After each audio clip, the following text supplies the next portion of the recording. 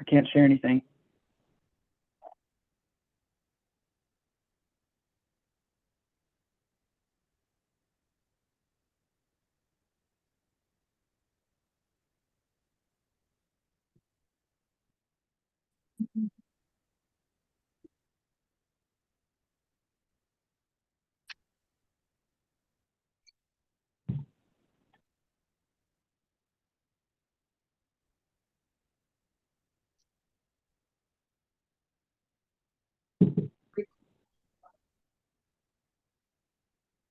Hi, everybody. Welcome, welcome. No music today. My music is busted, so just sing in your minds whatever tune you would like. Tune of choice today. We can still dance though, right? That's right. Yeah. And who am I to say you're off beat? I don't know your song, you know? That's right. We all dance to our own tune anyway, right? Isn't that the hope, right? Exactly. Exactly. Happy New Year, everybody. Happy New Year. Happy New Year. Everybody staying warm? Trying to. Nope. It's supposed to get real cold this way, into the weekend. We're gonna Same have here. our first single digits. So my parents live in Montana, and I think they're looking at highs of 15 below and lows of 29 below. That's not wind chill. And so every time I feel bad about our weather, I just talk to them. That's terrible. I don't feel like that's for the humans. That place is not for humans. It is for about a month out of the year. How is everyone? Nice to see you. Also like to see the babies and pets. So that's okay when we see a little tail in the background or something like that. It's kind of nice. If you listen That is closely, my you can hear favorite my... part of Zoom. Sorry, Morgan. I like games. I was saying if you listen closely, you can hear my 1-year-old crying upstairs with my mother-in-law. It's a really special treat during meetings. We can't hear him. Okay, good. All right. He's just over 1 and he has 15 teeth already. So Oh my gosh. That is wonderful. yeah, it's wild. Except they do so much with their mouths, including show affection, such as biting, that kind of thing. So mouthful That's of teeth right. is, yeah, Yeah, it's really fun right now. that's great. All right. It is so good to see everyone. Stephanie is on annual leave today, so she handed the baton to me to chair the meeting for today. I didn't have the heart to tell her that she wasn't allowed to take any leave, so it's quite well deserved when we get that time. So it's nice to see everyone. I was just giving folks a few minutes to sort of get in the space, and wanted to make sure as I'm preparing for roll call that I have the most recent list of membership. So I don't know if Jordan or Trace has that. Maybe you might even be willing to do the roll call just because I want to make sure I get that right. No problem, Dr. Wells. I'm happy to run through it if you want. I have the list right here. Trace, is that best? Yeah, I think that's totally fine. I don't want to break any of the rules, but I want to also make sure we make best use of our time, and We can also just capture, Jordan. Honestly, let's just do that, just for sake of time today. Yeah, we'll capture via the recording and Addie on here.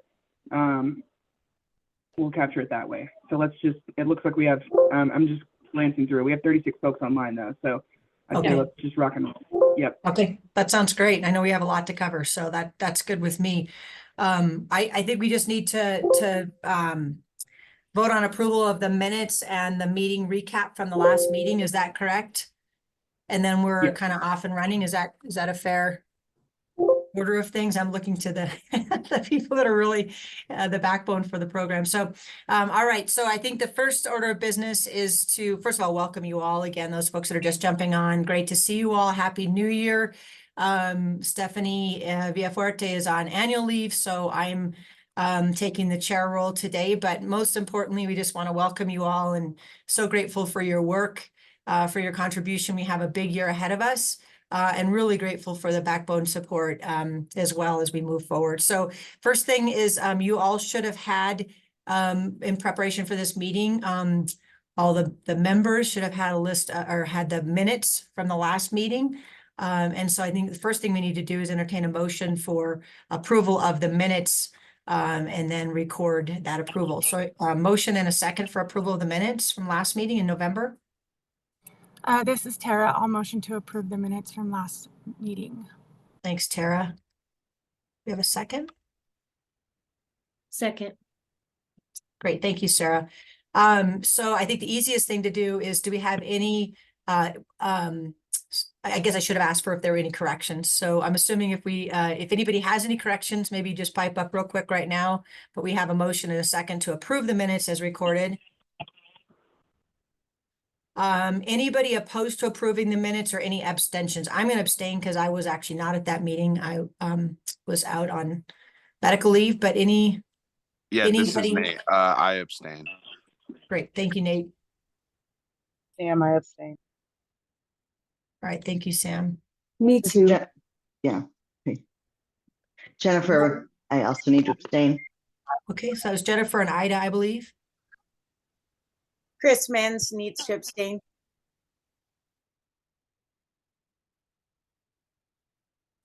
Okay, anybody else, or I see is it Rashawn? Rashawn? Abstaining, and then anybody not supportive of approving the minutes? Okay. And then the next order is the recap, which is I always find super helpful. The minutes are great and the recap is really nice. So same thing, any adjustments or corrections to the recap that anybody wants to offer? And so anybody, I don't think so I think this is just really an opportunity for everyone to have, that even that wasn't in attendance, like myself, to really review what happened in that meeting. So anybody not in support of approving the recap of the meeting?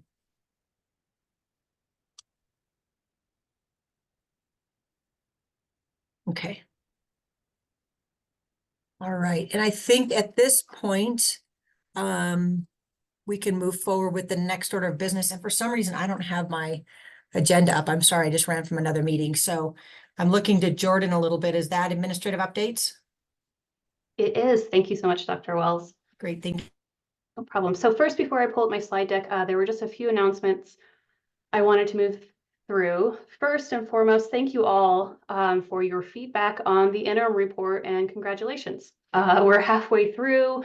We've submitted that report to all the entities required under the statute, which includes relevant committees in the General Assembly, the Governor's Office, and the Colorado Department of Human Services. We have posted that report in full to the website should anyone want to see additional copies, but you all have a copy of the final report and are free to distribute that as you see fit, as it's a public document. Additionally, I wanted to introduce a new member because I realized we didn't meet in December and I'm catching up. So Shauna McGuckin, I saw that you were here. Shauna, are you online? I am. There's just a delay in my clicking. So thank you for the introduction. Shauna McGuckin. I am with the Family Resource Center Association. So we've had some changes in staff members. Tess McShane was attending and I am very happy to step in. Thank you so much, Shauna. We're excited to have you here and have the Family Resource Center Association continue to be represented. So I'm quickly going to move into our slide deck. We'll do some administrative updates before we dive into our conversation.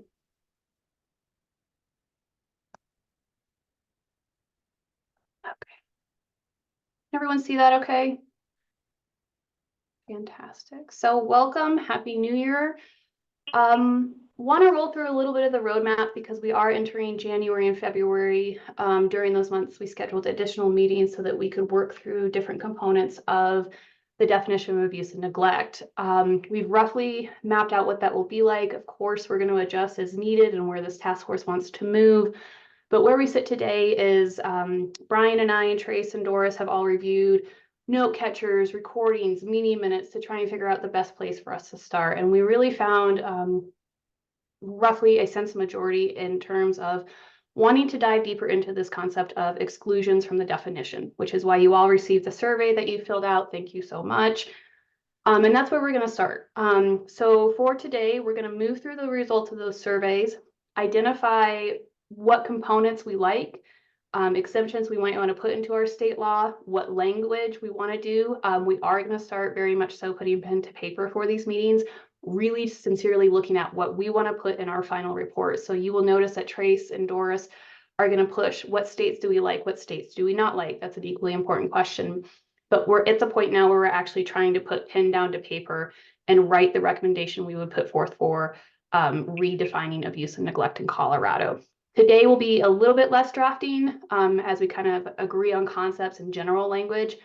For those of you that did do some original drafting in the survey, thank you. That looks wonderful. I would encourage you to incorporate that into the note catcher that we will be working on. At the end of today's meeting, Brian and I will do our very best to do a very loose definition for the rest of you to respond to on January 24th. Please do not take what we put forth in the next meeting packet as set in stone. This is just our best swing at trying to kind of put everything down on paper so that you guys can start working through that together at our meeting on January 24th. Again, that definition will be solely to draft that language that we might want to put in our final report. Coming back to February 7th, we're going to be rolling very quickly. We're going to finalize roughly what we would propose as a redefinition of abuse and neglect in Colorado. We will also then split that meeting and reintroduce a concept that has previously been raised, and there seemed to be consensus on this point as well, as kind of assessing the term reasonable cause to know. What are other states doing? That will look very similar to what we've done for the exemptions.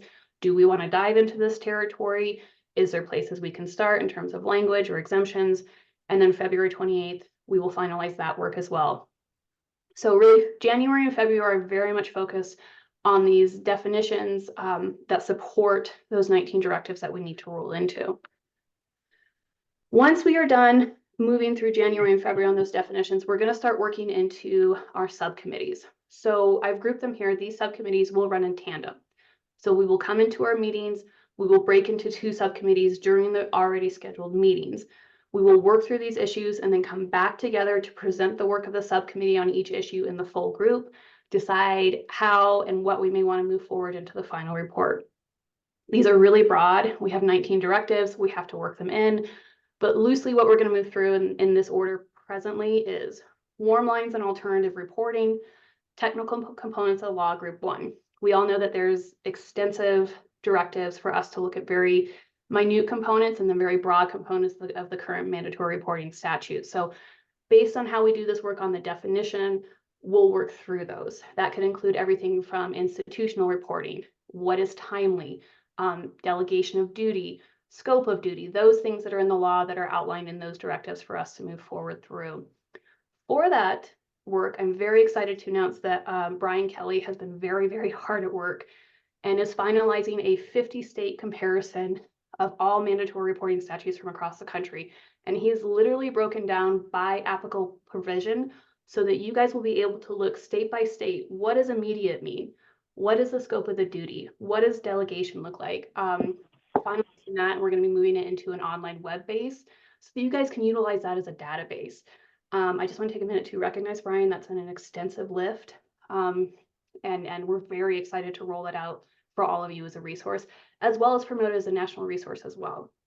So we'll break out those technical aspects of the law. Next set of subcommittees will be diving into those exemption carve-outs. There are a couple carve-outs we have to review as part of the directives. This includes, roughly speaking, social workers who are part of legal teams, all of our domestic violence, sexual assault, safety clauses on potential exemptions from mandatory reporting, We'll move into that second category of technical aspects. And then we're going to round out with required trainings, ongoing education, and certification. So this is really high level. We will update this roadmap for all of you in the folder. You can see it. Once we really define those dates, I will also put that out so everyone here knows where to go. In terms of selecting subcommittees, we like to give everyone a chance to select their subcommittees ahead of time. However, if we're just totally unbalanced, we will ask some folks to switch so that we can balance out not only numbers, but representation. So, you know, we have a big group here. If we need some lived experience, for example, in one subcommittee, I'm going to ask folks to divide up. So think about where you may want to land on some of these things. I'll give you more information to help you make those decisions when we get there in March. But that's generally how we roll through these items. So excuse me, that was a lot of talking. Any questions on the map forward or anything you need from us regarding kind of these administrative pieces? Fantastic. Trace, would you like me to keep this slide deck up and roll into? Yeah. Great. Yeah, that'd be super helpful. I also just want to note, as far as members go, just wanted to welcome back Sam as well. Sam took a break and is back. And Sam, we missed your voice, so just wanted to acknowledge that you're here and really appreciate you jumping back on with us and excited to have you in 2024. So welcome back, Sam. All right, with that, I'm going to move into, so 22 of you finished the survey, which is extremely helpful. So we've got over a majority. So I think this data is actually going to be helpful for you all to see right now. We're just pulling out some high level themes before we get into a conversation. So I'm thinking about this in a couple ways. We're going to share the data that we have as far as like where folks are landing. Keep in mind, again, this is 22 members. Then Doris is going to lead us through a conversation, kind of continuing, kind of digging back in. We also have a note catcher. We don't want the narrative of what you provided in the survey to be lost. So we're going to be pulling that into our notes as well as draft language is pulled for next meeting. We're also going to be pulling that language over as part of the note catchers too. But if there are points that you really feel strongly about, things you kind of want to double down on, or things that maybe you've continued to iterate on as you hear other conversations, that's the note catcher in the conversation today with Doris. So we're just kind of blending it all together to get really clear because we've got to move on this pretty quickly. So we're kind of doing multiple inputs of opportunity to be able to get where we need to go. So I just want to be clear that they're all connected. We're not like, thanks for doing the survey, now let's just start from scratch. It's all kind of combining together. So just to be clear there. So pulling out the 4 exceptions that we specifically asked about, we're going to go through and kind of share where the task force members that filled it out landed, in addition to the states that were called out for each one. So we just have 4, and then Doris, I'll come over to you. So the first one here is around really pursuing and creating an exception based on socioeconomic status. Of the 22 responses, a little over 80% of you said yes. A couple of you said no, or actually I think one of you said no, and a couple of you were unsure. So moving on to the next slide, breaking that down as far as like states that have called that out and what we see that we might want to replicate. Jordan, if you can go to the next slide, there we go. So a little scattered, but California came out on top there. And so these, again, from the scans that we provided, folks just said, there were again, in the spirit of not trying to recreate the wheel, there's some examples out there, and so California kind of landed on top there. Brian or Jordan, anything that I just want to make sure that like anything that you want to call out in particular, things that you noticed and dig into this. My sweet boy. Brian, I'll let you jump in here if there's anything additional. I don't have anything additional, Trace. No, I don't think so. Just to say that, as will be obvious from those who read the survey, like these states aren't necessarily in entirely different categories. There's definitely some blend and overlap between them. So Jordan and I, when we're working on creating a model language for you all to respond to, we'll just keep that in mind that, the overlap between the California points and Wisconsin points, they're not all completely like separate entities. We'll take that into consideration. All right, moving on to the next exception. So this was based on unaccompanied or unhoused status. Again, a strong yes, a little bit more on the no and the unsure here of the folks that that filled this out. And so we'll have an opportunity to kind of speak to this when we go through with Doris on the exceptions. Actually, all of them had a majority yes. So I think really it'll just be interesting to hear from the folks on the yes side if you feel strongly about that, but also on the, we've got some room to kind of wrestle with this unsure piece and making sure that we answer questions and get really clear on kind of what questions you have. So if you need, additional information or if you just have clarity points that we can provide that. Moving on to the states piece on the next slide. We've got California and Washington kind of leading there as far as worthy of replication piece, again, with Brian's point. Looks like we don't like what's going on in Wyoming. But I think to Brian's point, if there's overlap in the states that are kind of leading there, we'll certainly make sure that we pull from both. All right, next one. Creating an exception if services are unavailable or have not been offered. This one was a little bit more split. Again, over 50% said yes. Large amount unsure and kind of split actually very evenly on no and unsure. So this will be, Doris, I think this will be a one to maybe spend a bit of time on, given that this one's a little bit split than the other two. Going on to the states on this one. Again, Arizona, Arkansas, shout out to my home state, go Razorbacks. But Arizona led strong on this one as well with 10 as far as replication goes. And the last one,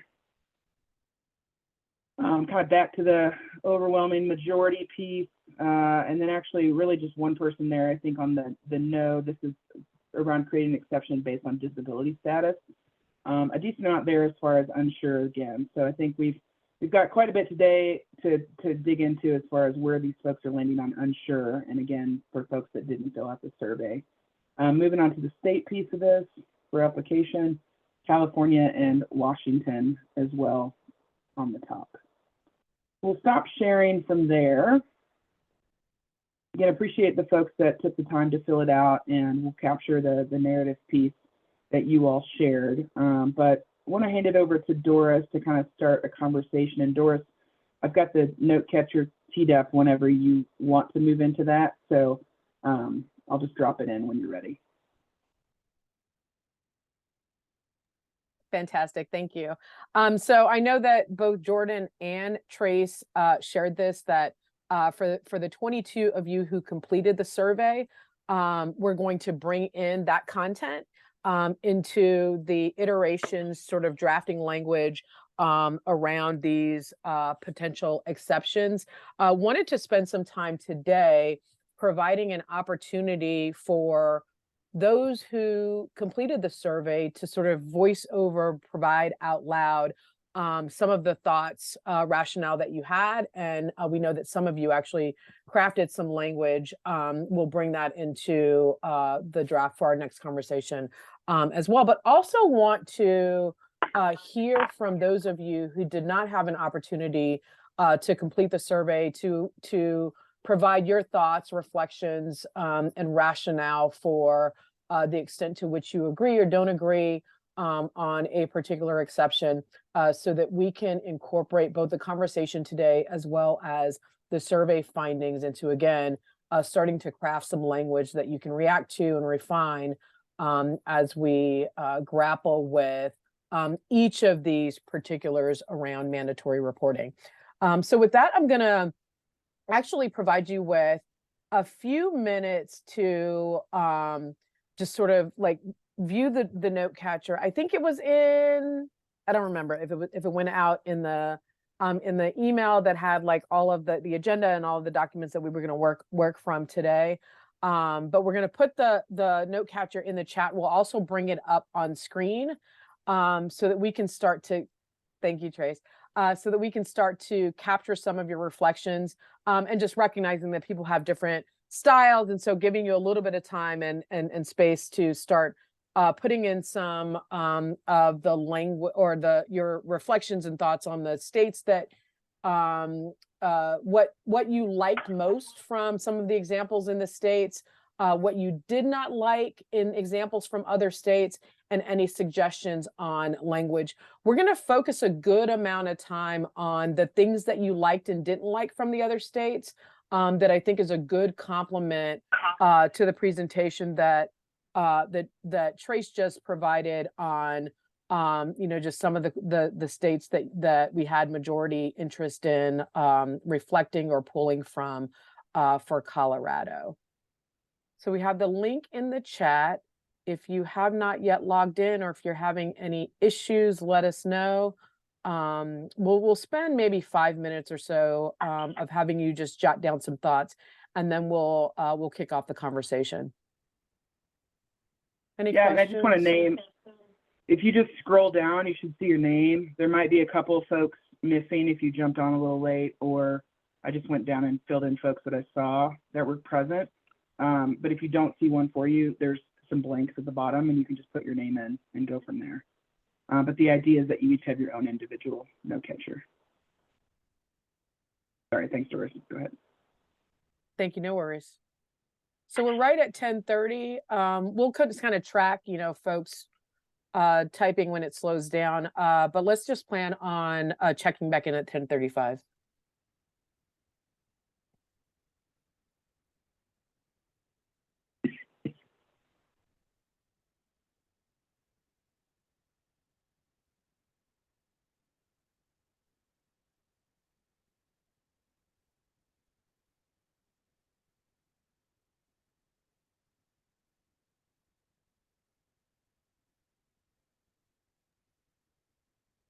My apologies. I took the survey yesterday. Where can we see that again to refresh our memory of what the states said? Thank you so much for, I was just went to go look at the survey and you can't. You mean you just don't look at remember? that. I can't remember what happened 10 minutes ago.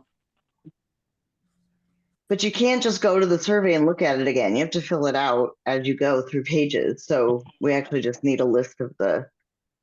So in the meeting materials also, we provided the memo that Brian created. If you go into resources for abuse and neglect definitions, and then go to definitions, definition exceptions.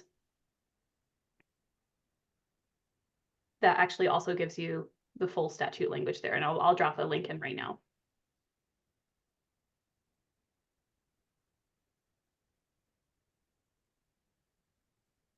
That way you don't have to go through the whole survey to access the language. Thanks, Jordan. Good point, good point.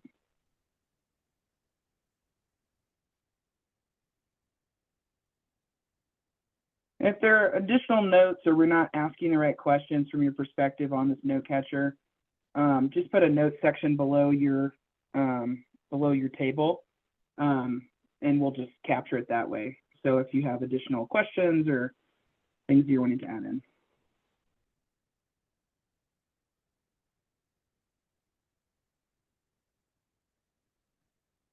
And Kelsey, I just saw you join. Were you here for the note catcher link?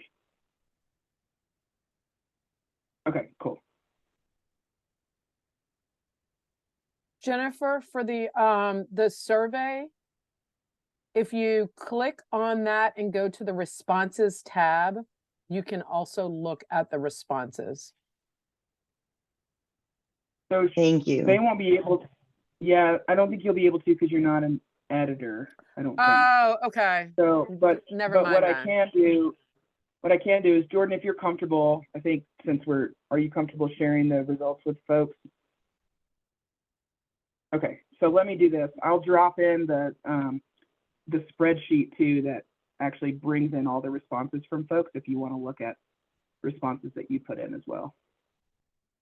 Give you 1 second to generate that. I have it generated, Trace, if you want me to just drop it in. Yeah, just make sure it's shareable. Yep. Or the right permissions on sharing.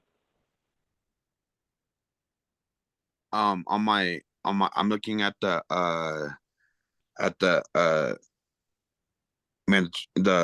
policies in the shared notes for the resources, but when I'm in my car right now, I don't have my laptop, and click on the link to the notes, and I see myself on there, and I click the edit button, but it won't let me edit, and it won't let me type on it. It might be on your phone, Nate. We can just send me your notes via email if you don't mind. I think unless somebody else is having an edit issue, I'm guessing that's a phone issue. I can email it too. Yeah, so just send me an email, Nate, and I can also kind of do a one-on-one with you if that's easier. Definitely want to make sure we capture your input on this though, so I can follow up after the meeting.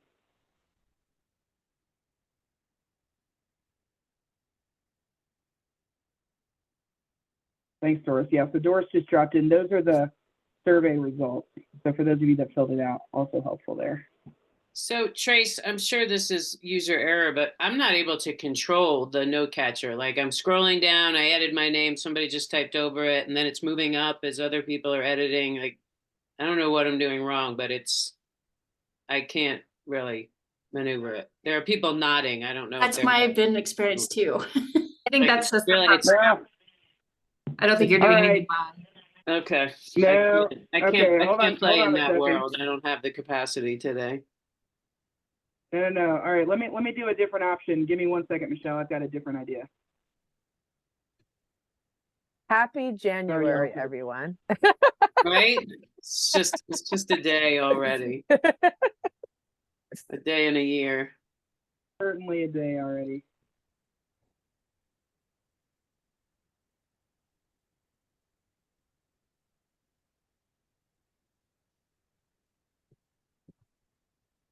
Give me one moment, and for those of you having the same issue, this will solve that. What it's going to require you to do, though, is to then share this back with me. So it's what I originally did. I'm laughing at myself, Jordan. This is what I originally thought I needed to do, and then I scrapped it last minute. So I was right originally. Tricked myself.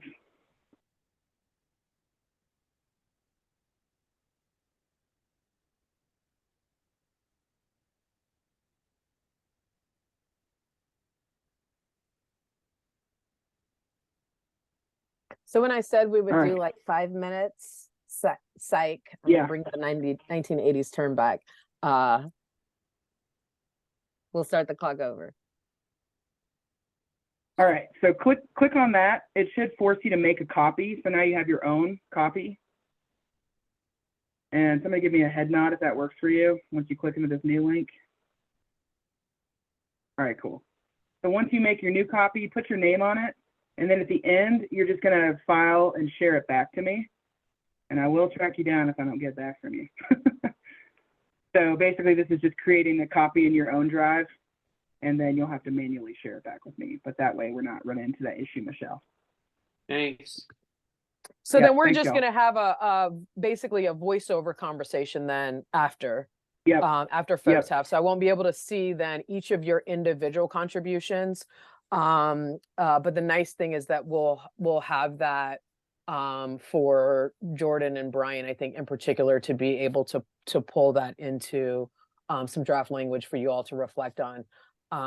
So we're at 10:37. I'll do another time check in 5 minutes. And then hopefully we can start having a robust conversation here.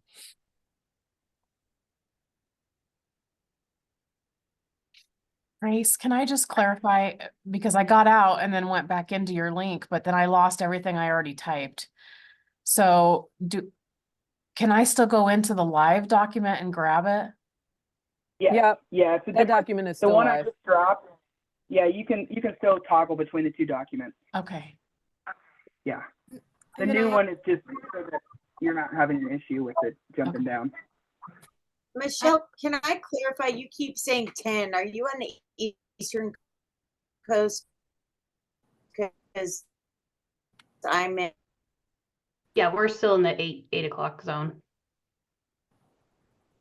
I have a question. If I just continue to use the live note, is it still going to be there? It will, and we can grab it from there. That's fine. Okay, thank you.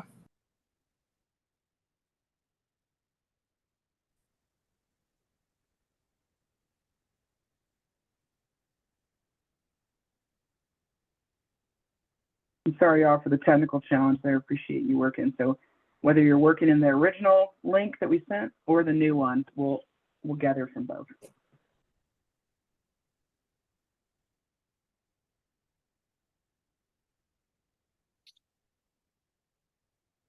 So if we're unsure, is there a place that we should be talking about why? Yeah, if you can just put those in the notes below, I would just create like below your table, Michelle, just put like an additional notes section. Okay. With your key questions there.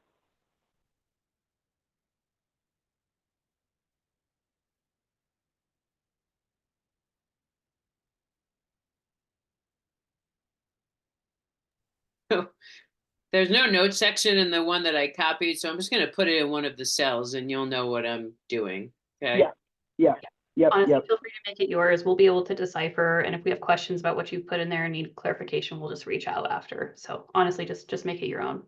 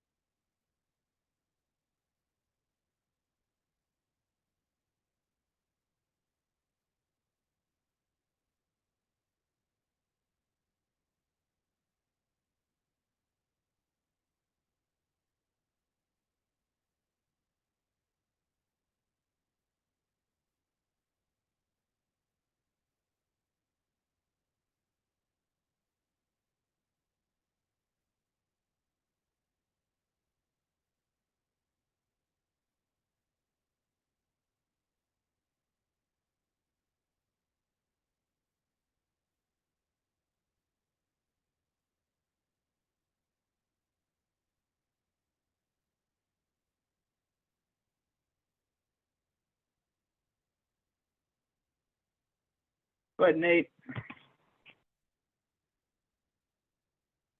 Yeah, I was just wondering if there's like a way to when it says the revised statute code, if there's a way to tell like when that was done. Is that somewhere in the like to be able to tell when they were revised? I could dig that up. It might take a bit of time, but if there's a certain one that you're particularly interested in, you can send me an email or drop me a note and I could look into that for you. Well, I guess really just the Colorado one. I was curious of when that one was last. I'll start pulling it up. Someone here might have more direct memory of that though.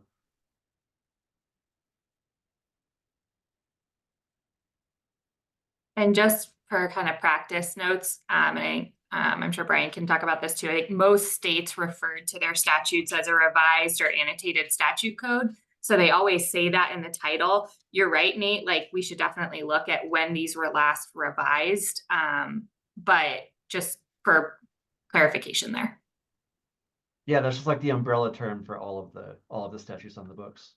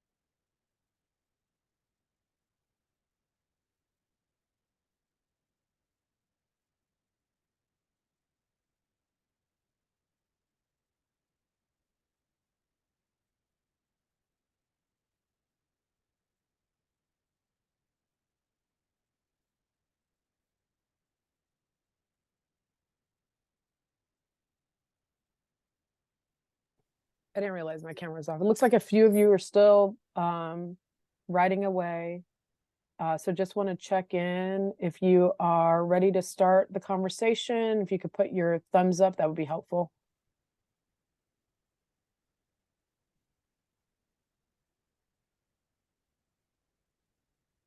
All right. I love the mix of manual thumbs and Zoom thumbs. All right, we'll give you, for those of you who are still typing, we'll give you maybe another minute and then we'll dive right in.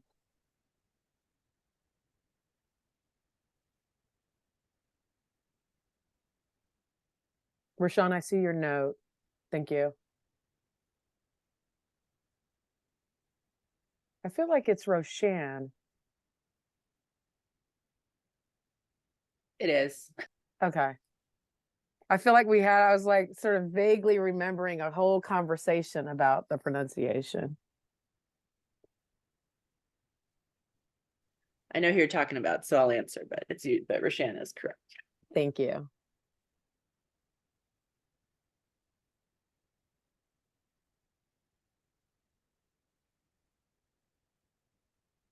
All right. I'm also hearing from folks that the way that the survey was laid out was helpful. Thank you, Brian. So I just did a deconstructed version. I know this is a little late, but I think it would be helpful for the conversation. So this is the deconstructed version of the survey that pulls out the exceptions from each state, the way it was done in the survey. So if you're wanting to reference that for the conversation, it might be helpful. Chris and Jennifer, I think to your point, I just pulled it out so that you didn't have to go through the survey. Awesome. Thanks, Trace. Yep. All right. Why don't we dive in?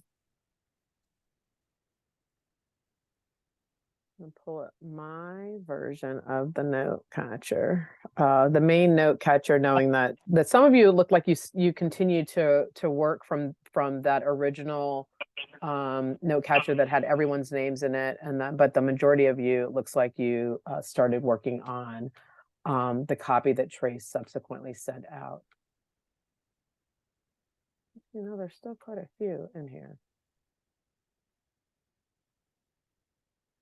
Unless you copied and pasted it over. I don't know what you did. So I want to start with this, the sort of the first set of questions, this exception for socioeconomic status. So there were, as I was scanning through, those of you who were continuing to work in that shared document, it looked like there were a fair number of you who liked some of the versions that included so that it was, sort of brief and specific, succinct.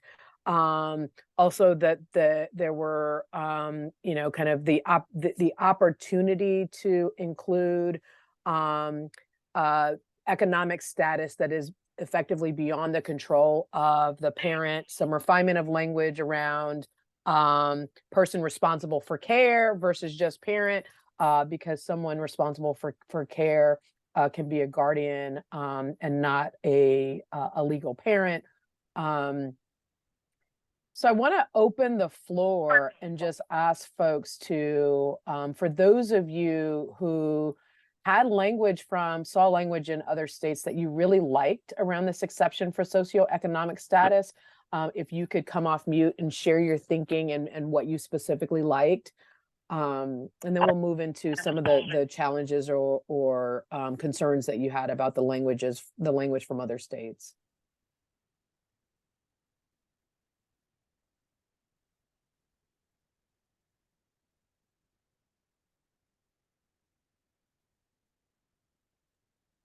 I'm happy to jump in and start the conversation, kind of more in the sense, I think I think would enjoy hearing from some other people about what sort of specific terms they would like to see for how to encapsulate that socioeconomic status, whether it's lack of financial resources or financial inability. I do think we want to be cautious in making sure that those terms are understandable, that they're, I guess, we've talked a lot about how discretion is really widely varied throughout caseworkers and interpreting that. So I want to be careful about that, but I would look to maybe some other people on thoughts of what proper terms might be there. But I think that should be considered. And maybe we put definitions on there, but it's hard, right? It can't be like, oh, if you make under this amount, or if socioeconomic status is so much more than finance. And so I think that's difficult, but I think that should be an important part of our work. The other piece I'll say is that I think from a policy kind of standpoint and a structure standpoint, I really enjoy the states that use, and it looks like most of them do, that language of, child abuse and neglect shall not be considered to be found solely as a result of this, or in and of itself, this is not a basis for a finding, right? And really that's for me across the board. I don't think that's actually very specific to socioeconomic status. And maybe as I'm thinking out loud, I think it's better for other things, like the other exceptions we've been talking about. But I do think that those are important terms that we consider just throughout this discussion. Awesome, thank you. So really clarifying what it means, like to have socioeconomic hardship for the purposes of making a report.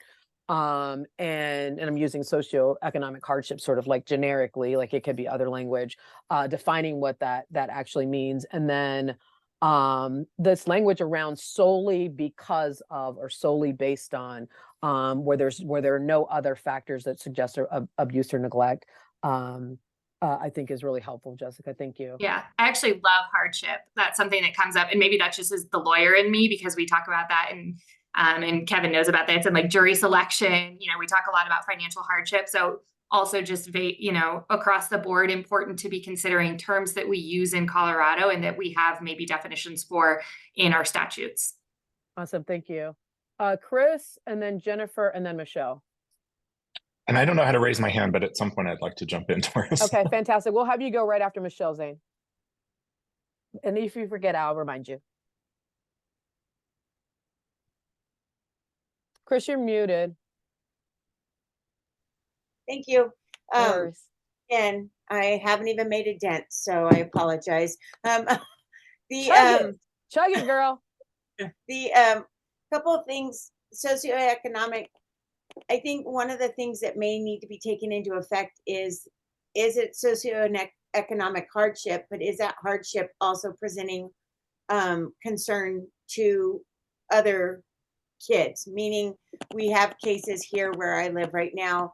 The house is infested with lice and bed bugs, where that is a socioeconomic hardship, and the house, they have been offered services to help, but they continue to bring the kids into the school district. And so we continue to recognize other issues. And when the parents aren't forthright in helping be part of the solution, therefore, then it has become more of a health issue to others. And so that's one thing that I would ask for clarification on.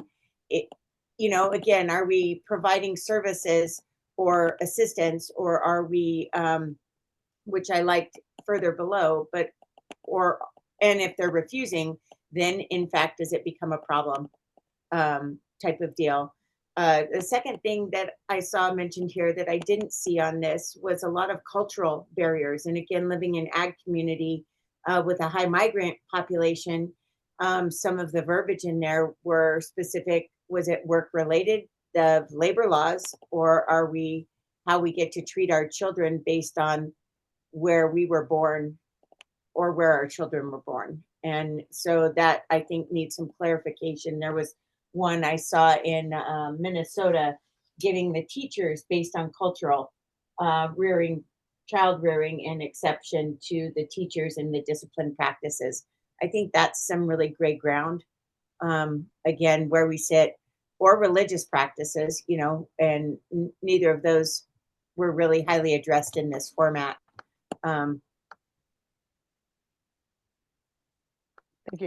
you, Chris.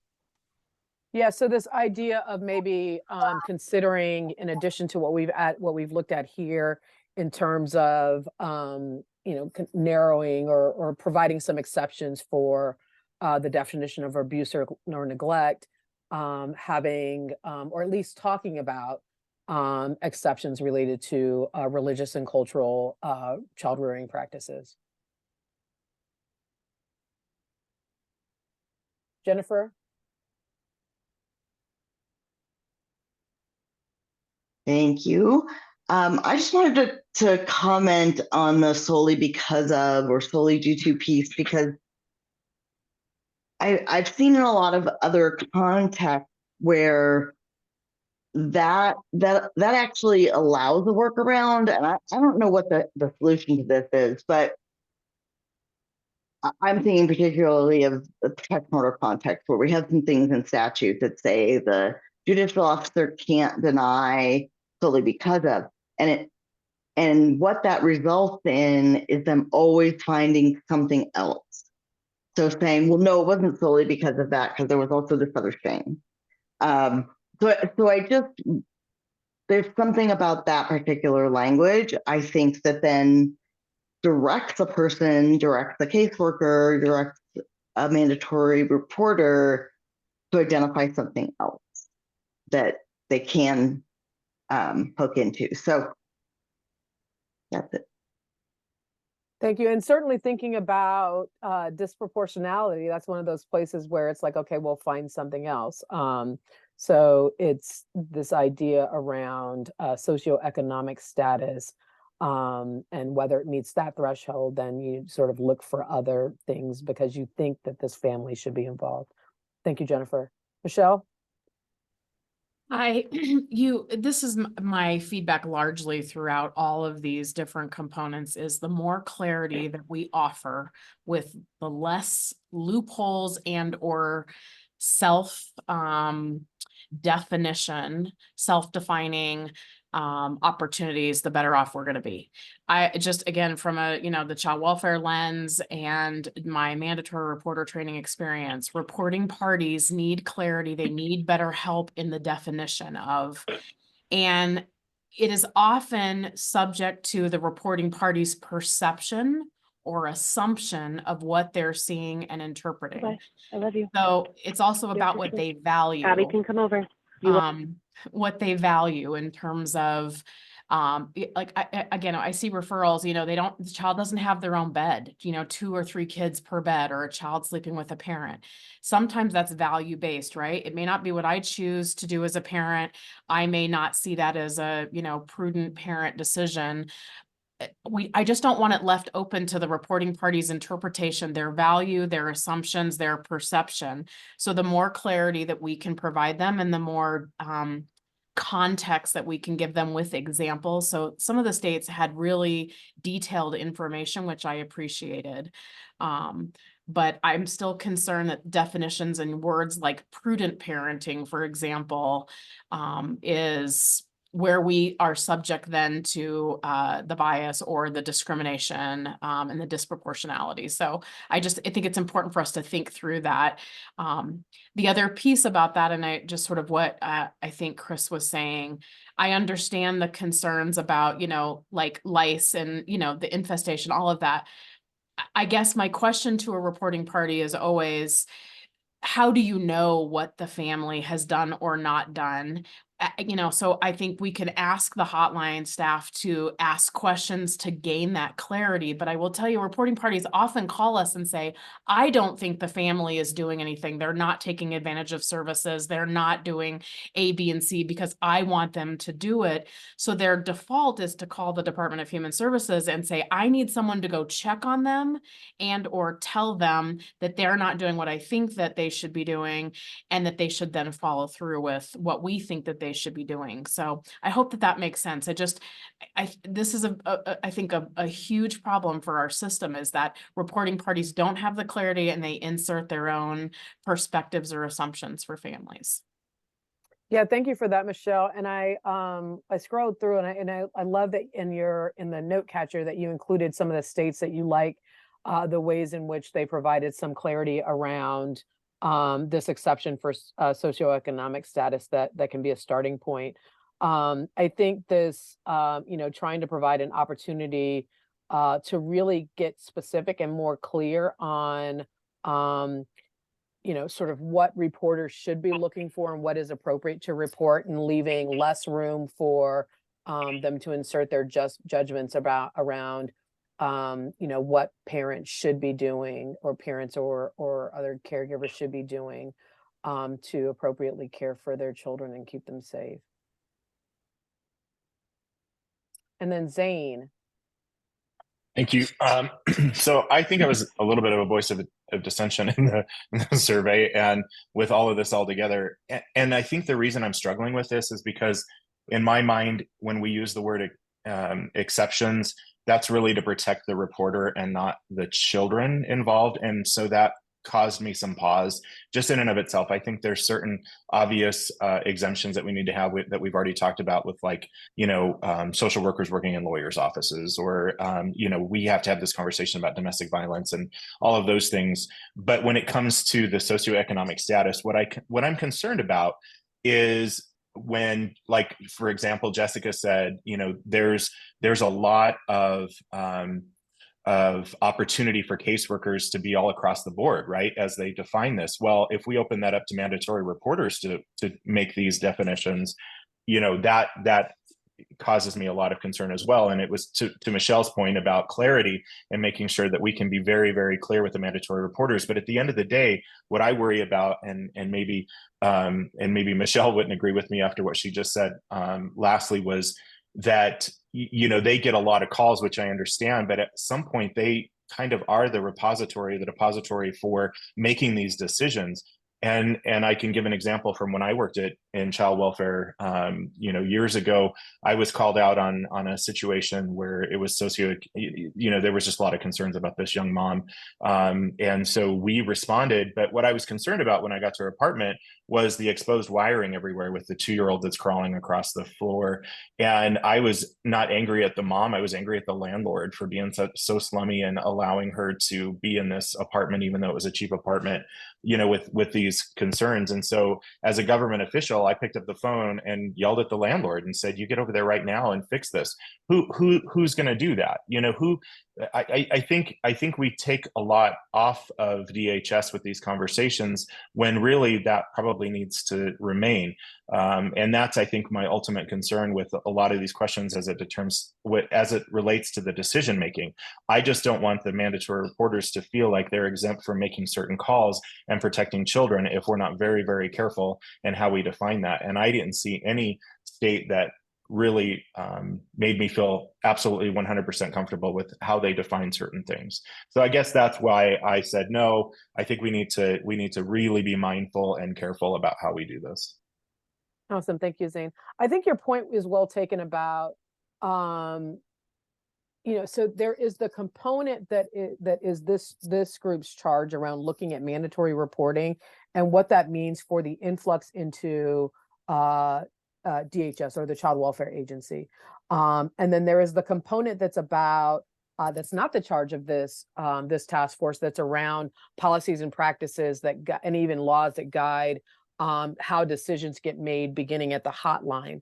And so I appreciate your concern and making sure that when this task force makes recommendations, that there is some thought around what might be the downstream impacts of those decisions, and probably a conversation for a different task force around to what extent that any implications from the recommendations need to be incorporated into broader child welfare conversations. I just want to make a nod to the chat. Jill, your comment around, this idea that, we can develop, even the best of anti-bias training, but, it won't reach everyone, including all mandatory reporters. And so ensuring that the statute is as clean as possible and provides effective guidance to inform decision-making is really important. Jennifer, your comment on hotline workers, screening for implicit bias and other things that we're talking about. Again, looking at like the downstream impacts that we're talking about one component of the child welfare ecosystem. And there are a number of decisions that get made down the line, including those that get made at the hotline. Yolanda, your note around services and resources that may not be perceived as being voluntary, potentially being rejected and offered, and voluntary if the rejection of an offered service is then possible, the reason a family is reported for neglect. So this idea that is it really voluntary if a family's or a parent or guardian's decision not to participate then can result in sort of a heavier hand than being applied to that particular family.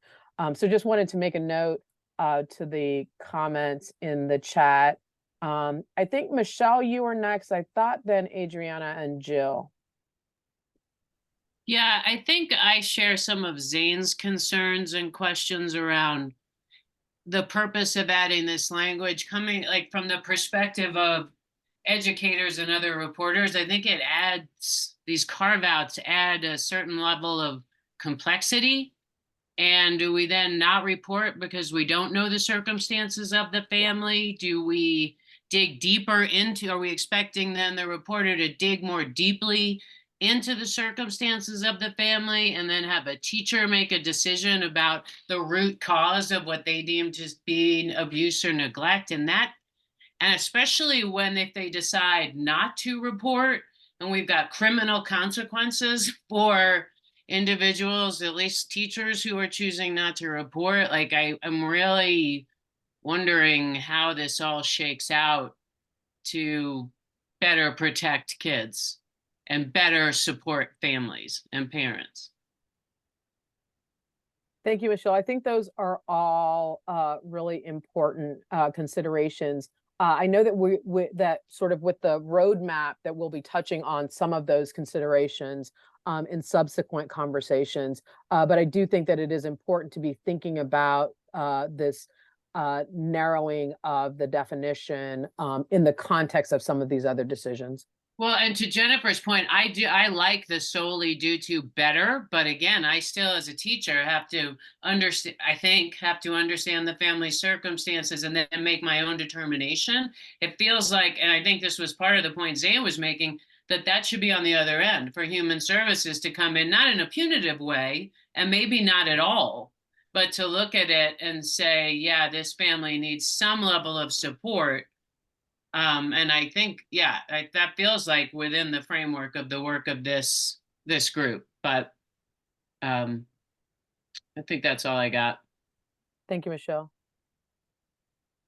Adriana, Jill, Jade, and then Sam. My boxes are moving around. I'll just be brief because I think I also am in agreement with the statements made by both Zane and Michelle. I will point out just from my piece as an assistant county attorney that practices with dependency and neglect cases quite frequently. I like some of this language, such as poverty in of itself is not abuse and neglect.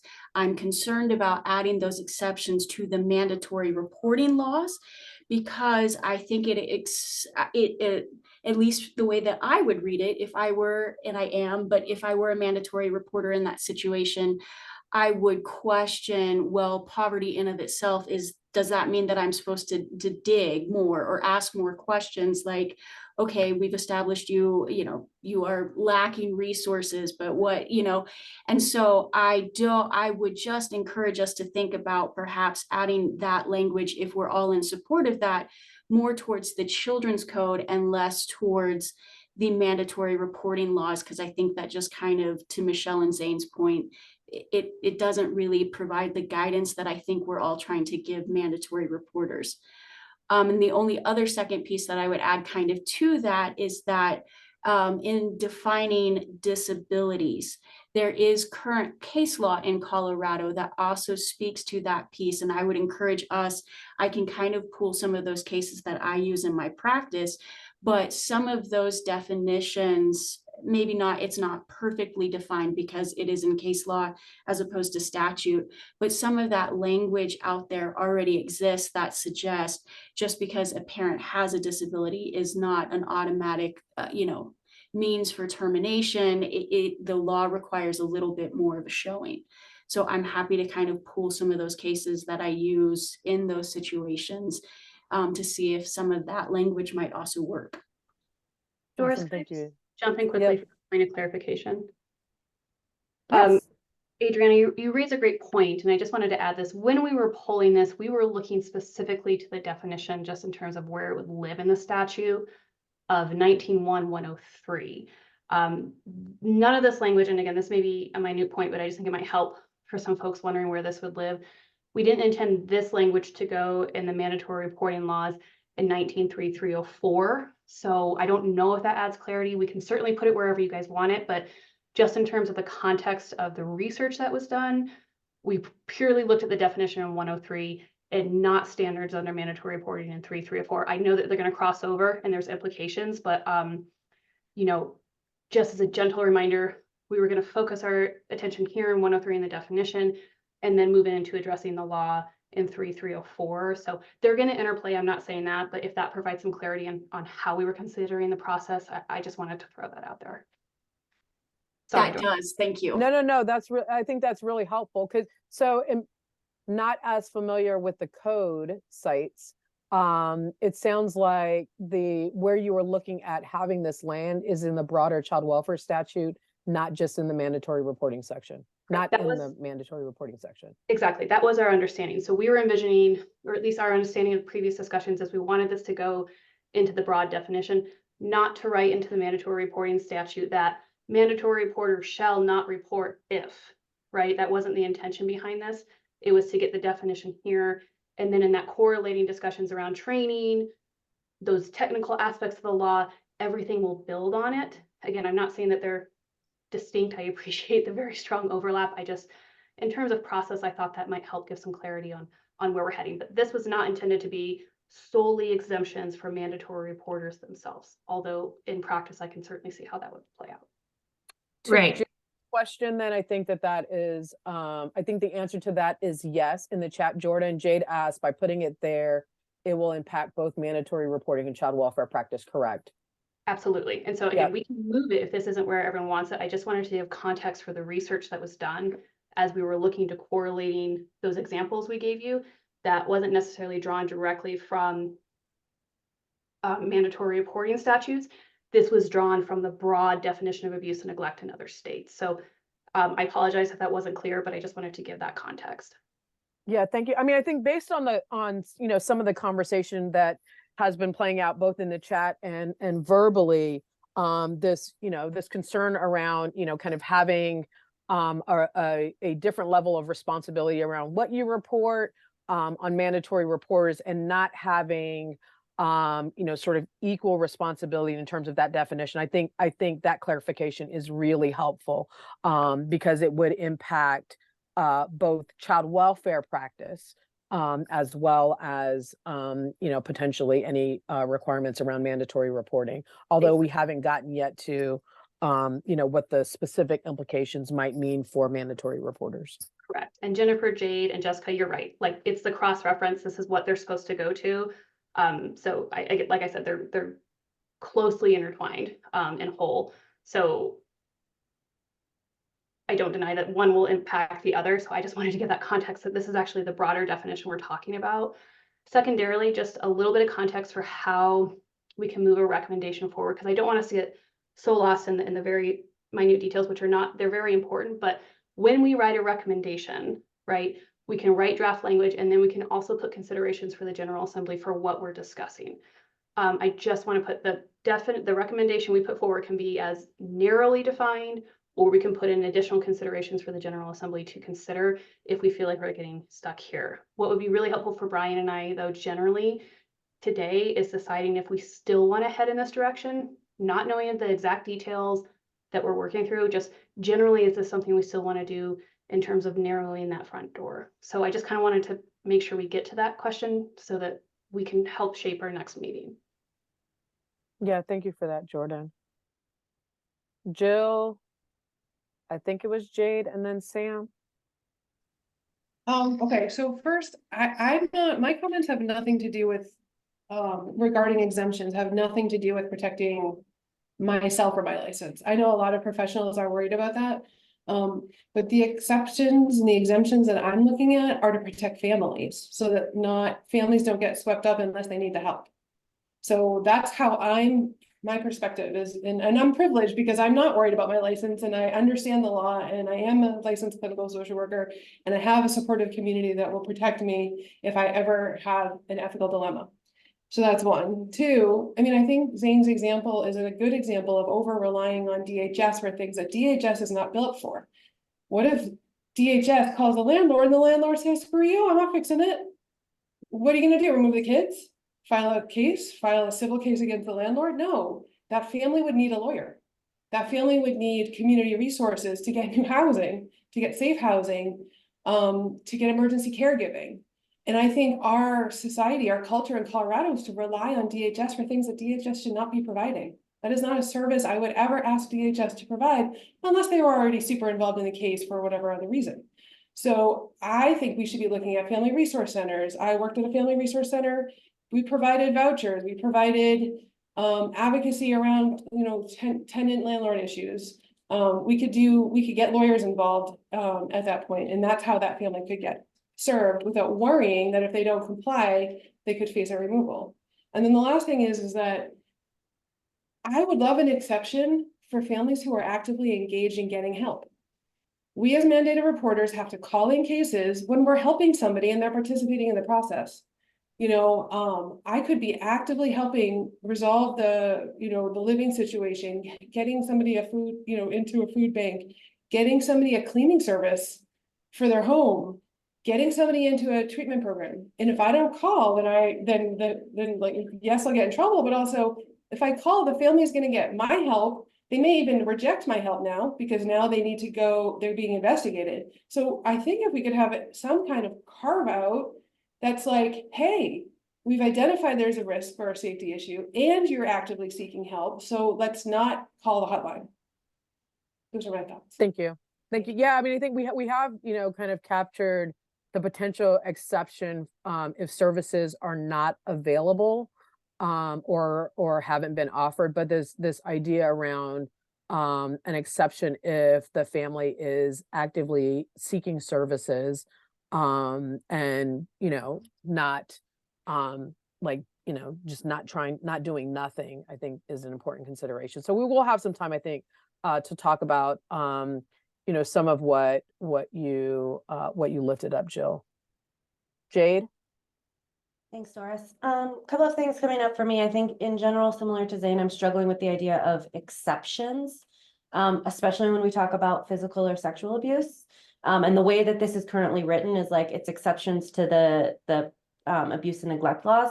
So if we're just talking about neglect definitions, I feel a little bit different than if we're talking about all types of abuse or neglect, and having exceptions for all types of abuse or neglect, I think is just kind of worth really digging in when we're talking about physical or sexual. I really liked one of the things in California that it was not a presumption of need for services or not a presumption of child abuse and neglect as maybe a different way of thinking about this. And that was specifically in the disability status section. But I think that could be an interesting way of looking at all of this is just because, XYZ, that's not a presumption of child welfare, might be another way to add some clarity in what we're looking for. But my general overall take is kind of back to this question of if we are changing the child abuse and neglect definitions in 19-1-103, we are changing what mandatory reporters are supposed to report. We're also changing child welfare practice expectations.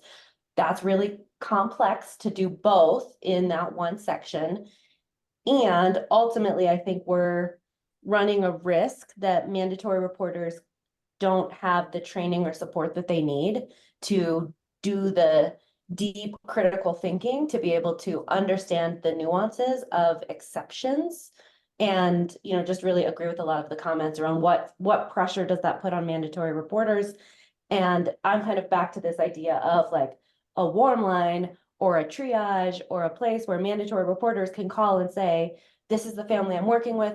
This is what I'm worried about. What should I do? And you have someone on the other end that's like asking questions and it's like, helping them to refer to supports or refer to services, maybe, helping to identify. That actually sounds like, the to what extent the other thing I guess coming up for me, sorry, the to what extent? So yes, I have an economic hardship that means I can't provide certain things, but to what extent is that an exception? Or at what point is my inability to provide for my child too sufficient or too significant that my economic hardship, it's not solely my economic hardship, or maybe it's, I don't know. I'm just struggling a little bit with like the exception. There's a to what extent question that comes in for me when we say it's not solely this, that I think we have to wrestle with, especially when we're looking at how mandatory reporters will make those decisions around their reports. Yeah, thank you for all of that, Jane. I think first on the point about, you know, your excitement to talk about warm lines. We will have that conversation. That's on tap. So looking forward to that conversation. I think the reason why we're focusing on this neglect component is because that tends to be the catch-all, right? Like, so I'm worried about this child for whatever reason, and so I make a report. It falls into this catch-all. We had a lot of opportunity to look at data by report source, looking at the vast majority of reports coming in being for this broad category of neglect. Oftentimes there being the conflation between poverty and neglect. And so really wanting to provide some guidance and clarity that is more specific around what is neglectful as it relates to socioeconomic status, and what is a family that's doing all they can that's just poor. So that's why we're honing in on this particular piece, not looking, you know, broadly at child abuse and neglect, but really looking at the specific bucket of neglect. And potential opportunities to carve out some exceptions, looking at the language from other states. Jordan, I saw you came off mute. Yeah, I was just going to respond. Doris, yes, thank you for reminding. Again, we have all those conversations coming up. So I would just encourage people to look at the roadmap we put on the slide deck so you can see when those other components come up, and then we can come back here. But Jade, to answer your question, yes, the intention was to go towards neglect. It's just listed as the definition of abuse and neglect. So we were trying to focus, again, based on the conversations of this group for a year, on looking on what that definition of neglect is, because again, going back to all the recordings, the note catchers, this is where we felt people were coming into the system that didn't need to be there. So I would just encourage folks to kind of put that back in your brain, all those conversations we've had, because this is what this is based on. Additionally, you know, think about how we can cross-reference recommendations. We know that we're heading into a discussion of warm lines or alternative reporting. Can this cross over here? And I'm sorry to be that person that just keeps putting us on a track, but we are in our final year, and I just want to make sure we're getting something down on paper. So again, if we could think high level there and can define and refine, that's the best thing. And a phrase we use in a lot in our other task force consistently is like, conceptualize, not implementation. And we will get further down the path, further down the road, but I do just want to encourage us to figure out where we want to head generally so we can start refining some of these things as well. There, I'll quit being the nag saying, let's make sure we get on the point, but that's just my job. So sorry. Awesome. Thank you, Sam. I feel like several of the points I wanted to make have already been made, so I'll just kind of like underline them, I guess. I think that it's important in this conversation that we are talking about solely versus primarily. That would be the word choice I would use, because I agree that people will just make a longer list of reasons when it has the word solely in there. And then the other thing I wanted to emphasize is, just because something positive comes out of a call doesn't mean that a call was necessary. And I think that that's really my understanding of the purpose of this task force, is to reduce the amount of people who are coming into the system unnecessarily, which requires us to acknowledge that people have bias on what they want to see rather than what is actually neglect. And so the more we look at this definition, what I've really liked in states, and I put it on the note catcher, was even just the word choice of saying inability versus failure to. It completely changes how I'm looking at a family if I'm saying their inability to do something versus their failing to do something. And I believe that someone else had mentioned just the reality of if I'm denying a service, why am I denying that service? And taking the time and the energy to figure out that there are reasons and there's rationales. It's not just, I don't want to do what you tell me to do. And so you're going to keep calling CPS to bully me to do it. CPS should not be used as a tool to bully people, to do what mandatory reporters want them to do. The point is safety, not a standard of living that I decide you should have.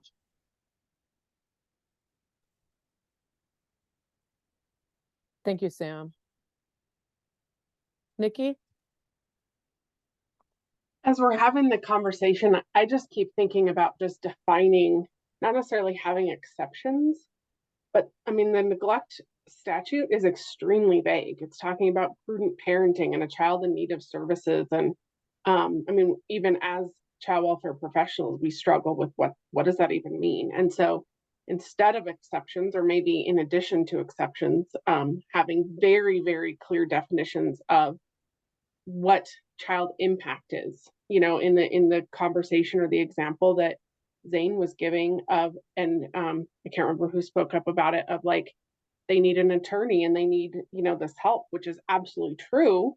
And if those services, and I think it's the infrastructure, but if that child is being impacted still by that, then, you know, it needs to, you know, be reported. And so having the exceptions and saying, you know, poverty solely shouldn't be, or primarily, or whatever, and then referring back to those examples, unless, you know, the child is malnourished, or unless, you know, having very, very specific criteria of what does impact look like to the child, I think would be a really important distinction.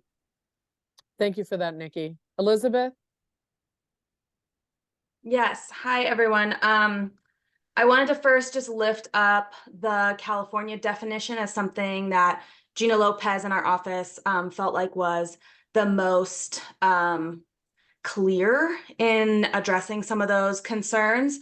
And then I also want to go just kind of back to that terminology of neglect and whether that is really the most appropriate word to be using. And I keep trying to find what they're saying in New York. I couldn't find the actual statute, but I know they've really honed in to try to address some of the bias of reporting on, is it abuse or maltreatment? Is it by a parent or a caregiver or someone legally responsible for the care of that child? And that's really what they're trying to focus their mandatory reporting on. And so I don't have the definitions on hand, but I'm happy to look for those. I just think that helps make it more clear what we're actually looking at, rather than a child who does need services, a family who does need services. For us, we also think about teens who've been sexually assaulted by another teen, and we know they're not getting services because if they tell anyone, they have to immediately go to the police. Is that child abuse? It falls under the statute, but it's not by someone who was supposed to be caring for them. And should it be reported? You know, in many instances, probably, but does it have to always be? Because if you report it to the hotline, they're going to say, we don't touch this. You have to report it to police. And we know there's many reasons people don't want to report to police. And so, yeah, I just wanted to flag those couple points and also really say, like, when we get to the response, you know, Gina really wanted to see some kind of multidisciplinary team responding and fielding reports rather than an individual, so that there can be multiple perspectives and kind of cut off some of those biases. And I really want to echo Sam's point about the point of mandatory reporters should not be surveillance on families, because we know that that really leads to bias and inequity in the reports and leaves people feeling like they don't have a place to go to get help. Awesome. Thank you, Elizabeth. And Ida put into the chat a link to some resources on narrowing the front door to New York City's child welfare system. So that may have some of the context that you were referring to, including the legal language. Roshan? Yeah, I'm not totally sure this is the place where it's coming, but I'm thinking a lot about what I feel like is kind of a pattern of in a lot of places across Colorado specifically, of sort of recognizing the way systems are harmful. And so taking away the rules that pull people into systems, which we want to do. But what we don't want to then do is leave people without support, right? So like simply not harming isn't the goal. We want to like not be harmful and also provide resourcing. And so I'm curious about when we talk about exceptions, I certainly don't like any of the language around families rejecting. I mean, I think I don't want to create anything that could be a log for like what a family hasn't accessed. But I wonder if we could put somewhere in here that it is required to so like I'm thinking about medical reporting that changed in Colorado in 2017, and the rule is you don't have to, a doctor doesn't have to actually report to police unless the survivor says they want to report, but they have to document that they connected a survivor to services, and the services need to be community-based advocacy. So they can, and I don't know that connecting is necessarily important here, but something about actually saying you have to do the work. Like we also have to do the work of at least offering that support. Thank you, Jen. Yeah, like, and that changed completely, right? It shifted. Doctors used to have to report, and now they actually cannot do it unless they get verbal and written, because the survivor has to say yes. And so I'm thinking about, is there something now, is there something in that we could borrow from here, especially around that part of the rule is you then have to say, here are ways that we can get you help for this. And it's up to you to access them. We're not requiring that, but here are things you could do. Here are the people in the community. And even rather than leave people without that support. And I don't know, maybe that's obvious in what we're saying. And I know that's the job of a social worker, but it feels important to name it to me rather than just sort of say, don't put people in the system, but then like leave people without help either. So I don't know if that makes sense. And I think, Roshan, that's related to some of the conversation that we've had about warm lines or some alternatives. So if the hotline is not appropriate under this circumstance, how can that reporter differentially connect that family with resources to resolve whatever worry or concern there is about the child, even though it doesn't constitute the parent or guardian being neglectful in their care of that child. I think that's really what we're trying to get at. So I think that I appreciate you sort of naming another example, albeit outside of the child welfare system and very different because we're talking about adult victims, but some potential language that could be looked at to see how it could be adapted for this particular purpose. And I think there's one other point that I wanted to bring back was around this conversation of looking at exceptions, which many of us think of as like carving out, as opposed to looking at a recrafted definition of what constitutes neglect. And so I think, Jordan and Brian, as you look at sort of language, this language that, sort of redefines abuse and neglect in a narrower way versus, still having a broad definition and then saying that, but it's not neglect if it's in this instance or this circumstance, is some of what I also heard. Those reports need to better understand community resource.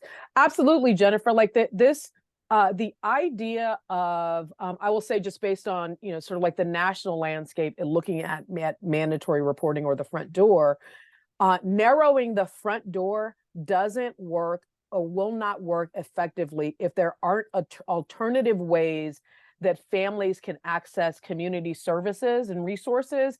And those community services and resources have to actually exist. So it's both, having a better understanding of what's available that families could be connected to, but also, again, not necessarily the task of this task force, but certainly can be included in the report and recommendations, the availability of services and resources that can be accessed at the community level without involvement with child welfare. Jessica, I see you raised your hand. Thanks. Yeah, I think I just kind of wanted to pull and kind of take notice of like the broader kind of reminder of all of this, right? So in Colorado, we have this definition of abuse or child abuse and neglect in Title 19. We've then got a definition of neglected or dependent child. And then we have a third statute, a separate third statute of child not neglected when. And then it lists all these exceptions. So I'm kind of trying to bring it back to Jordan's point of like, one, we kind of already have this pretty complex structure. I think that overwhelmingly everybody here has consensus that that is not working and that needs to be clarified. And we want to be able to provide specific information in our report to the legislators about how to best clarify it. I also think it's just a good reminder, right, that we are here as all the experts to provide that kind of core information, and that the policy decision, the stakeholding, the drafting of where this belongs, how it impacts, you know, these definitions, if you do a quick like legal search on them, these statutes are referenced in hundreds of other statutes.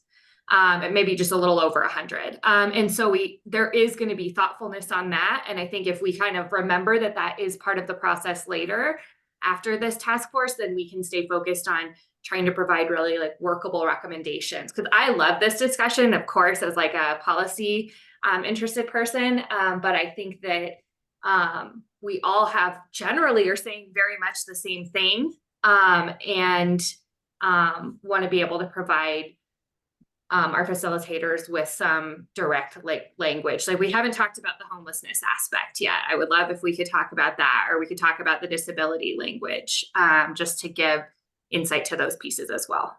100%. Thank you for moving us along, Jessica. So a couple of you did actually bring up disability status and homelessness in sort of your overarching ideas around these exceptions. I'd love to hear a couple more voices on the carve-outs or exceptions for disability status, and or given the amount of time that we have, homelessness or unaccompanied minors, which I feel like should be separate, but maybe that's just me. Sam, I see your hand raised.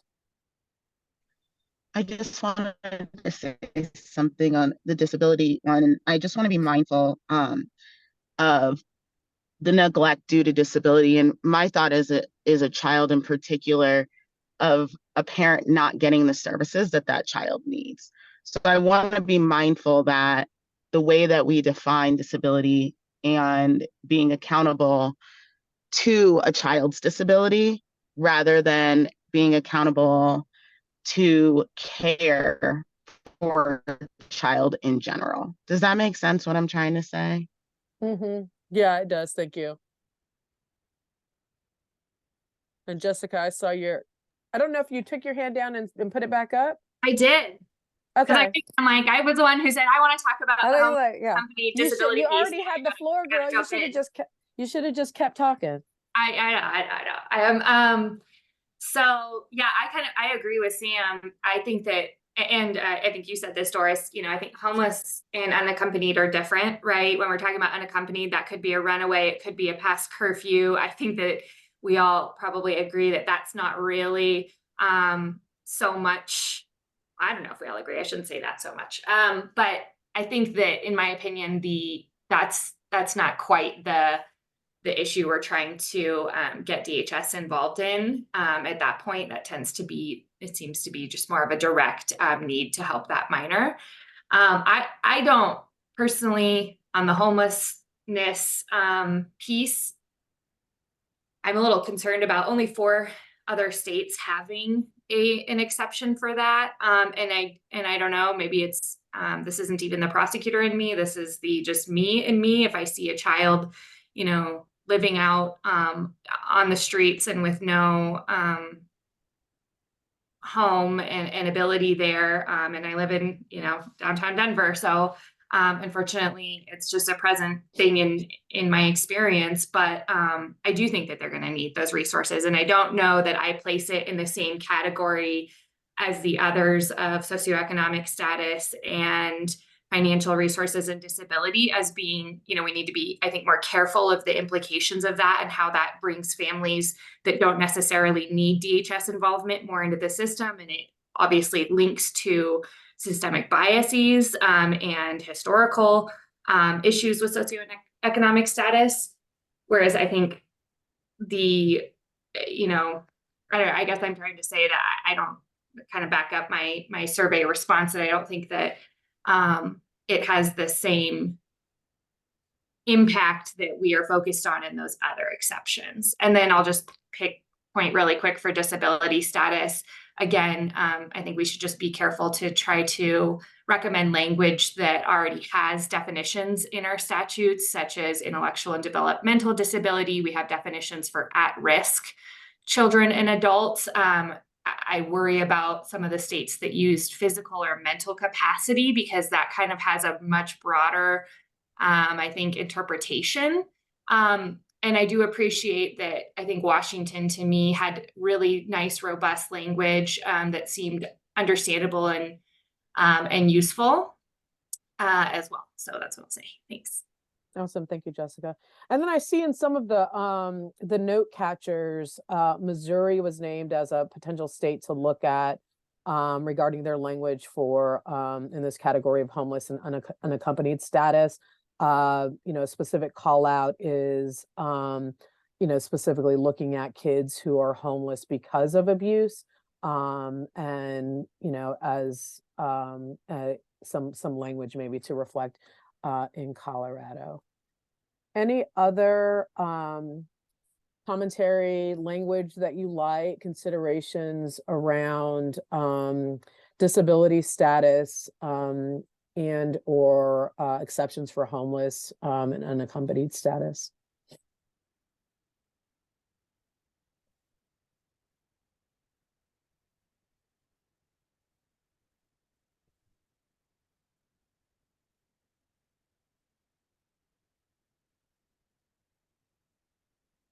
Zane, did you put your picture back on, your video back on, because you wanted to say something? I did not. I had to step away real quick to give my dog some medication. Oh, gotcha. I thought you were poised to jump in. No, thank you. He said no. Do a check-in real quick. Trace, do we have anyone for public comment?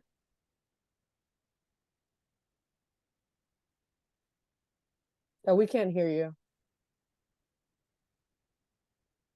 Sorry. No, we don't. I put a thing in the chat, but if there are members of the public that are wanting to do public comment at the end, if you could send me a note right now in the chat, that'd be helpful. But currently, no.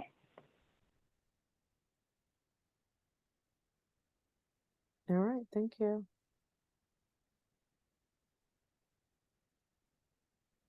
So I know that we have, Yolanda, you indicated here in this exceptions for homeless unaccompanied status, not liking that in some of the definitions, they list the age at 16, and that it implies that if youth is experiencing homelessness at 16, that it's not an issue to be reported, and that you don't agree with that. You care to come off mute and just share a little bit more about your concern and or, to what extent there should be some language around homelessness, and what the specifics you were thinking there. Yeah, I appreciate that. And I'm sorry I'm not on camera. I've been having some buffering with my internet today. So I think my concern is that, and this is, a point of discussion with child welfare professionals all the time about this idea of self-protection, and whether when we're reviewing something, we're saying, well, this is a youth, they don't have any identifiable delays or disabilities, therefore they have the ability to self-protect. And this idea that if you've got a 16-year-old, I think, was it Jessica was mentioning, right? It's like you have a homeless youth in downtown Denver. I'm going to be concerned about that. And I'm going to, they're 16. So therefore, I don't believe that that's a concern that I need to be worried about as a mandatory reporter. So I think I just wonder about the unintended consequences of listing an age of 16, and wondering if that gets interpreted then by mandatory reporters as, no longer potentially needing the protection of the child welfare system, if indeed that youth does need child protection as an entitlement, right, to be protected from abuse or neglect. And I think it was also mentioned, what is the contributing factors potentially to that youth being homeless? Is it, family rejection due to identity? Is it because of families in poverty? There could be multiple reasons, and not that people wouldn't try to understand the circumstances a little bit better. I guess I just was concerned when I read some of those state definitions identifying 16 as a marker around being homeless and being a youth, that there might be this unintended consequences of an expectation for a youth to self-protect. And if people didn't know the circumstances that contributed to a youth being homeless, would that create a situation where there was a youth who was unsafe and not identified as potentially needing child protection system intervention? So those were just kind of my initial thoughts. And then also because there are so many different ages with which we have, like, in our statutes and in our kind of practice around, like, at what age can different folks, like, agree to their own mental health treatment or agree to their own, medical treatment, or all of those things. And I think it's important for those considerations around autonomy.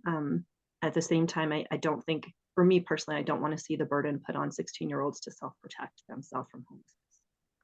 Awesome. I appreciate that. And when we think about, it seems inconsistent with the movement to extend the availability of services and placement support for youth beyond 18, to have a sort of this idea that 16-year-olds can keep themselves safe necessarily on the streets.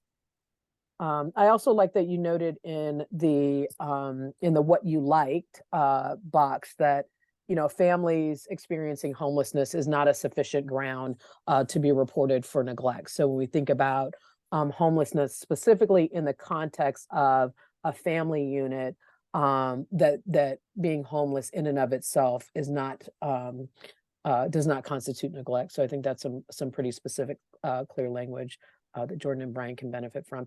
Zane, I see you raised your hand. So I just want to piggyback on what Yolanda just said. And the other reason for that is, not only should we avoid putting ages into statute, because again, chronological age may be very different than developmental age. And that's why, we don't really have a statute for when a child can be left home alone safely, because again, there's a big difference between a very responsible 8-year-old, 9-year-old, 10-year-old, and a 16-year-old that we'd never leave alone home by themselves ever, right?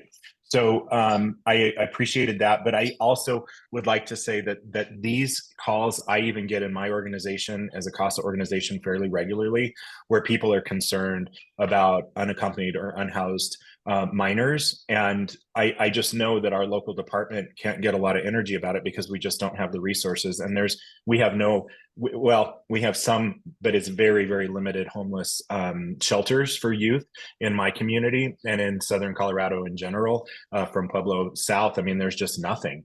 And so we get a lot of these calls with, so-and-so was kicked out of their house, or their parent, they don't want to go home. What do we do? And we just don't have a lot of answers. So this is an area that I think could use definitely some clarity. Thank you. Thank you. And I think along the lines of that clarity, Chris and Elizabeth both put comments in the chat, Chris, regarding this question of whether it's about reporting or investigating. And Elizabeth noted that this idea that you can be worried about kids, families, and youth, and want to be able to connect them with services and supports. But then this fundamental question of whether or not that worry requires a report to the Child Protection Hotline, and whether or not it constitutes child abuse. I think those are separate questions. Jessica, this additional comment on this idea that child abuse for criminal purposes does not refer to these Title IX definitions. And then Trace, thank you for letting us know that we don't have any public comment. So we can go right up to the top of the hour with our conversation. I think we'll plan to, just take a couple more comments, thoughts, reflections, recommendations from language that you reviewed in advance of this meeting. And then we will close out with a reminder of next steps. Yolanda, you came off mute and then went back on mute.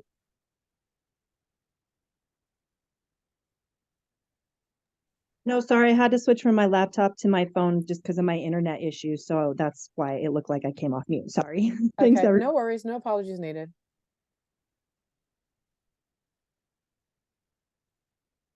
Doris, can I just pose go ahead, Trace. Sorry, just pose the kind of like recap question of like priority. So as folks, we've kind of like, we've just, we've gone a number of directions in this conversation. I think as we kind of tee up for this next meeting with the language, just want to really hear from folks. And, I also want to name that there are a number of folks we haven't heard from too. So certainly welcome you all. But as you think about, all these different nuances that you've named, et cetera, what are your priorities as we kind of go back and start to actually draft language around this? Just want to make sure that folks are clear if there's something that's just top of mind to kind of end us on, Doris, more, if that's okay. Yeah. I think that's good. And so we'll pause there, and then I can reflect back what I think I heard with respect to the way the conversation went today. But would love to pause to see if anyone has sort of like this key point of priority that they're sitting with that they want to name.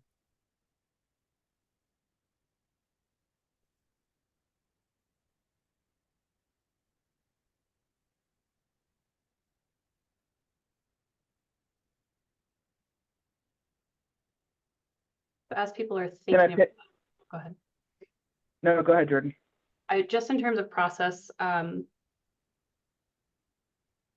want to be realistic about what we can draft based on what we've done today and what that's going to look like on the next one. So I think there's a lot of refining we need to do as a group as we hone in. And if you come up with priorities and you want to continue to fill in that note catcher or your individual note catcher, we'll keep that open through the end of the day tomorrow. But at this point, I don't think Brian and I could draft necessarily actual amendment language just based on the conversation. So where I think we're going to head is we would draft what would look like a very broad recommendation to the General Assembly, highlighting these points, considerations to move forward with, and then we'll respond from there.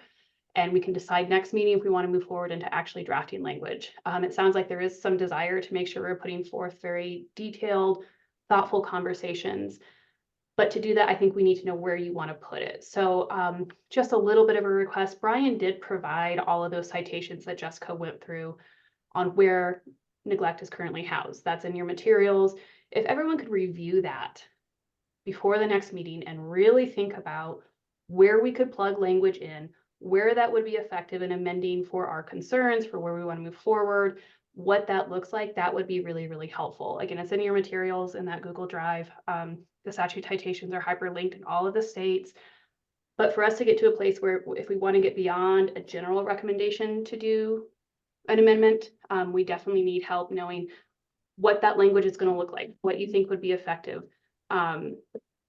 what we absolutely do not want to do, and what we may want to take out. So just a little plug, because that's going to get us that next level. So we'll draft kind of a broad recommendation that if we couldn't come to consensus or some kind of agreement on doing an amendment, we can maybe work through that. But if we want to go deep into the statute, we need to know where you guys want us to be.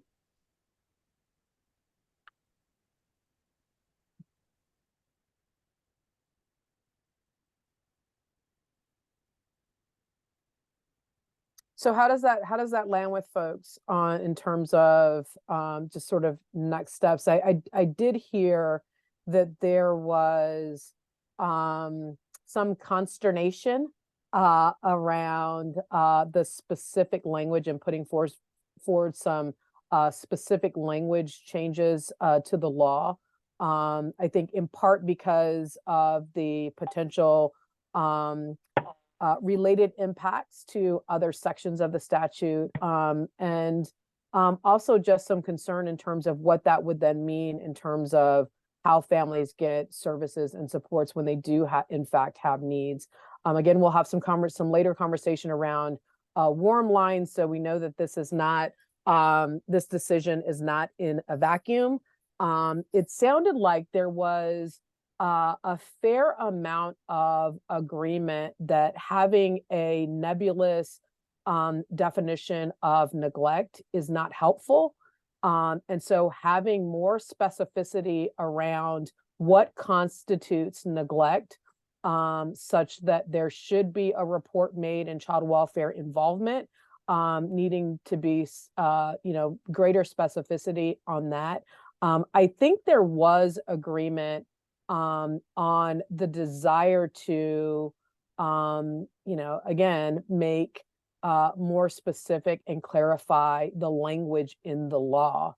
I think where folks struggled was in, at least in terms of our conversation today, in really getting to those specifics around what the law should say, looking at some of the examples that are provided by other states.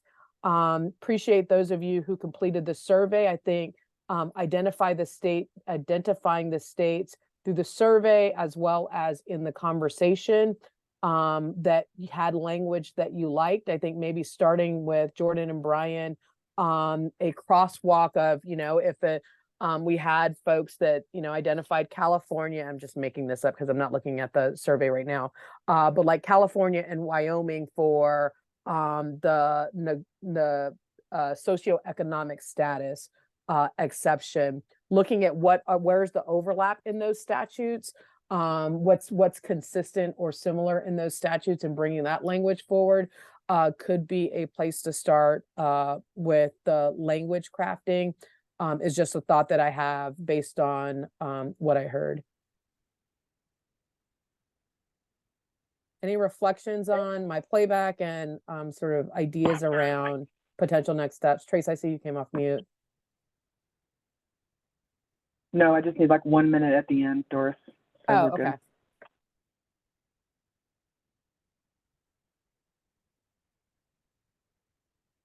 So thumbs up, thumbs down on that as a potential path forward, if that was even clear. Okay, I see a couple of thumbs up.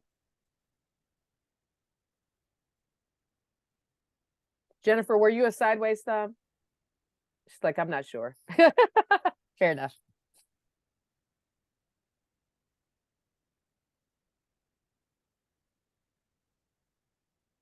And then lastly, before I turn it over to Trace, on that priority question from Jordan, so we had the several buckets that we looked at for exceptions today.